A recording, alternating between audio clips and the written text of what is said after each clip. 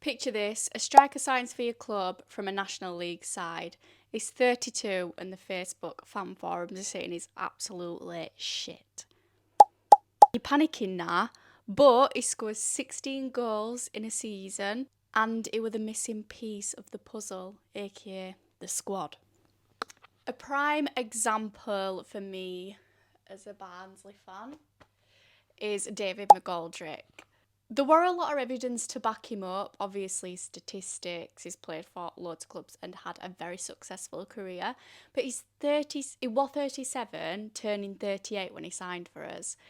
So you can imagine that the Barnsley fans were a little bit worried, considering they're a club that should be pushing for promotion to the Championship. We were like, 37-year-old striker, turning 38 from a League Two side? What thinking about this. The first half of this season, we didn't really see much from him. He got injured a couple of times. We were a bit like, well, kind of pointless. But then we sold Davis Keeler-Dunn and we were like, okay, now we need to be worried because Keeler-Dunn is his best player, a lot of us would have said. And he plays up front. And now we have David McGoldrick up front and we just signed Tom Bradshaw up front, who's also quite old for a football player. So what are we going to do? So then McGoldrick started getting more a chance and a chance and a chance and a chance and a chance, and he took every single one of them. And now he's scored 12 goals in 2.5 months for us. Absolutely insane. I don't know what he were eating when he were injured, what he were doing to prepare for this moment, but I need to know. So I asked you a lot who the underdog in your team was. They were frowned upon when they first signed, but they went on to be very impressive. Let's go through the responses. Starting off with the Instagram comments. Throwback_football_shirts said Bale, Gareth Bale. Coming in as a left back that nobody had heard of and then seeing him become one of the greatest left backs in the world. Shame we couldn't keep him longer, but then going on to see him win multiple trophies at Real Madrid. I can't really remember much about Bale as a player because I didn't watch football in that era, but obviously he's got a legacy. Like you said, won so many trophies at Real Madrid. I didn't know that he went Spurs as kind of like a player that no one knew. I think he came from Southampton, I want to say. So I thought Southampton were quite established, but maybe then they weren't. Interesting one. Harry Matthews 8145 said Ramon Burrell. Easy wins this by far. Top goal scorer in the Championship before he got injured. Was top 5 in the EFL as well. QPR fans, I remember those comments on their Instagram, especially when announcing he'd signed from my club Burton. They had no idea who he was and were like, what? Easily QPR's best striker by a mile. Roman would have had Premier League interest this summer if he never got injured. Still could, as he's back this month. Yeah, I've actually never heard of Roman Burrell, but perhaps if it was at the point,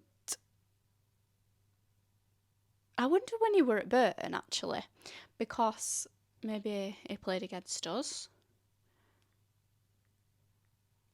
And I hope I'm saying that right as well. Is it Raman or Raman? Raman, I want to say. Burrell. I think that's right. So he played for Burton. 24-25. So yeah, we probably did play against him. But I must say,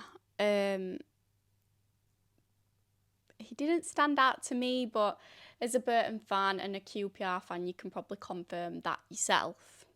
I don't need to be the one to tell you different, but maybe this video can just be one of those to show people players to look out for in the future, because I feel like now if I'm ever watching QPR, I'll definitely be looking out for him. Macy Patton 28 said Reyes Cleary at first. I saw a lot of slate in him. I agree. Even myself personally, I didn't slate him, but I was very intrigued as to who we were signing. And I remember at the start of the season, I was watching his highlights at Hartlepool. And is it Hartlepool? I think it is Hartlepool. I remember posting a video and someone were like, "Are you watching the Hartlepool highlights?" And I was like, "Yeah." Walsall. No, it weren't Walsall. Definitely weren't Walsall. Because it were a blue kit. So much ads. No, stop. Wait, guys, it's making me mad. Oh, wait. Close. Thank you. Hartlepool. Yeah, I knew it was. It scored 6 goals for Hartlepool in 20 games, which is good. But I remember a few people being like, who is this guy? Kind of unknown coming to our club. But immaculate player now. Absolutely immaculate. Probably going to go for about 5 million in summer. Stephen K92 said Calvert-Lewin, obvious one for us. Yes. Now, this is one I can speak up on. Stephen said, vast majority of our fans thought he was a shit signing, injury prone, etc. He's gone off the boil from what he was like December to Feb, but it's still been massive for us this season. I did call it at the beginning of the season as well. Yeah, Calvert-Lewin, maybe he's gone a bit quieter now, but he scored for fun for a while. And a lot of people were shocked.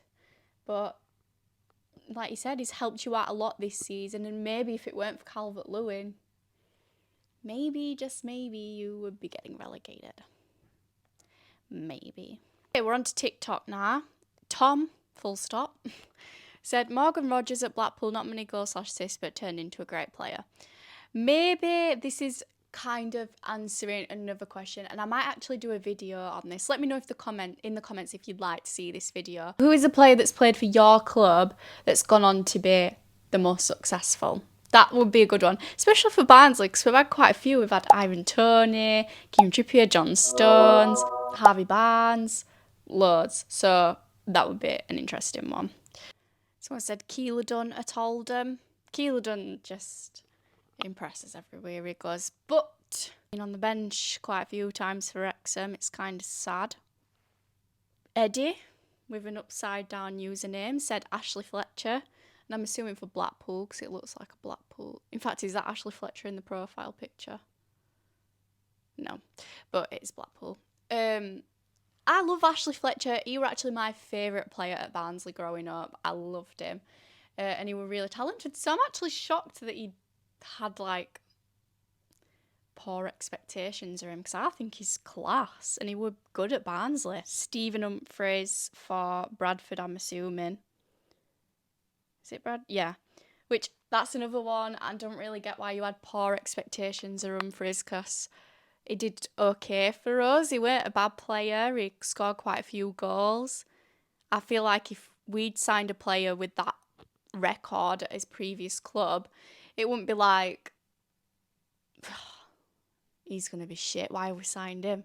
You know what I mean? Like, that's good for Bradford. They've just come up from League Two and they've signed him and he's doing well there. I can't understand that one. Steety. Sorry. Benji said, to be fair, everyone said Corey was rubbish and should stay on loan, but he's our best player behind McGoldrick.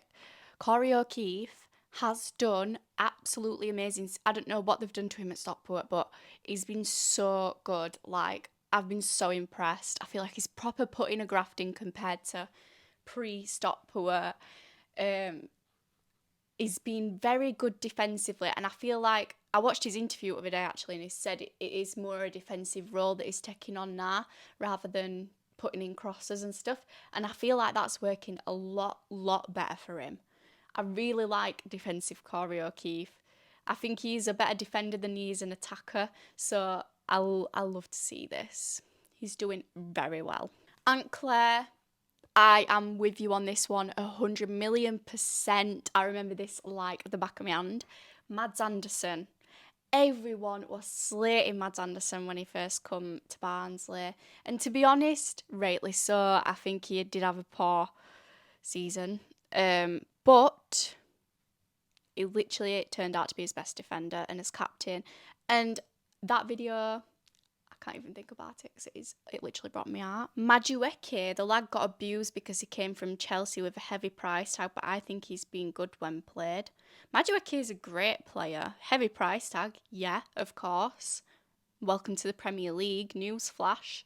But he's a great player and he impressed at Chelsea and now he's impressing at Arsenal. So, very prime example of the kind of situation we're talking about today. Okay, there's so many responses and I have 15 minutes to get changed and go to a concert in Manchester tonight. So we are going to have to leave it at that, I'm afraid, today. But thank you so much to everyone that contributed. There's been so many interesting responses and I have learnt quite a few things today.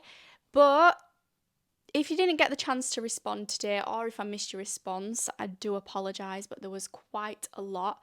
If you don't know, you can head over to my Instagram and TikTok and pop in the comments of my video, your opinion. I post it every Wednesday morning or evening, so you'll see that come up. On Instagram and TikTok, it's _Kadie_Leigh_.